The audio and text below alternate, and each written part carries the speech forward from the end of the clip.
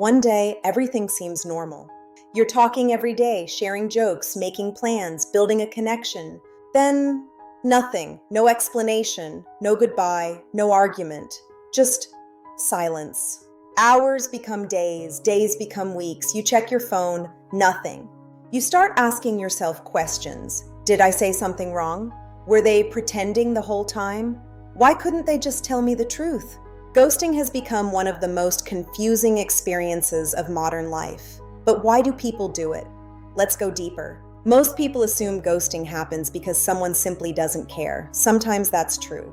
But psychology tells us that's only part of the story, because disappearing without explanation is often less about cruelty and more about avoidance. Now imagine this.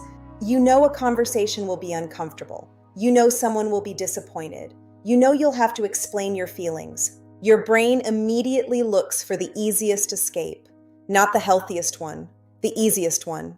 And sometimes that escape is silence. Now here's something important. The human brain naturally avoids emotional discomfort, whether it's conflict, rejection, disappointment, or guilt. Many people would rather disappear than experience 10 minutes of an uncomfortable conversation, not because it's right, because it's easier, at least in the moment. Now let's go deeper. Ghosting also protects something else, a person's self-image. Rejecting someone face-to-face can make people feel guilty. It forces them to see the emotional impact of their decision. Ghosting creates distance, and distance makes guilt easier to ignore. The person doesn't have to see your reaction, your sadness, your disappointment. Out of sight often feels emotionally safer. Now here's the deeper truth. Ghosting says very little about your value and a lot about the other person's way of handling difficult emotions. Emotionally mature people usually communicate, even when the conversation is hard. Emotionally avoidant people often disappear because avoidance temporarily reduces anxiety, but it rarely solves anything. Now let's take it one level deeper. Why does ghosting hurt so much? Because the brain struggles with unfinished stories.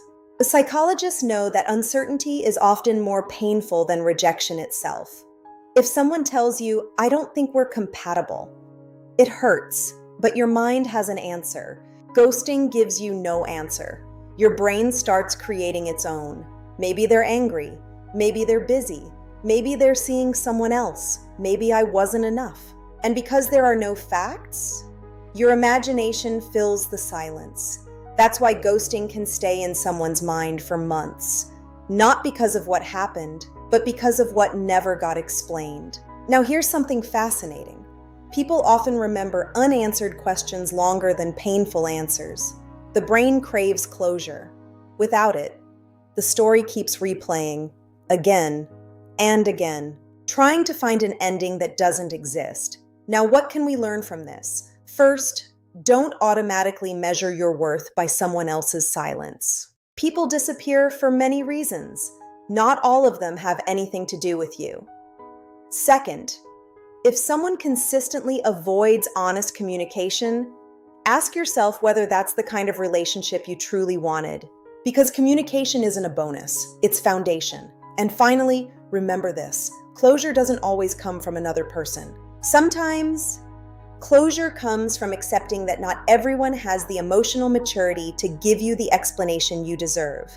Now here's something powerful. Ghosting leaves silence, but silence also reveals something. It reveals who was willing to communicate and who wasn't.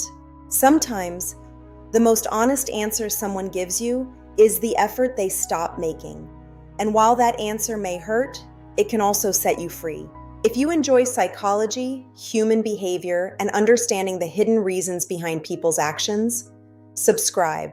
Because sometimes, the behaviors that hurt us the most teach us the most about human nature.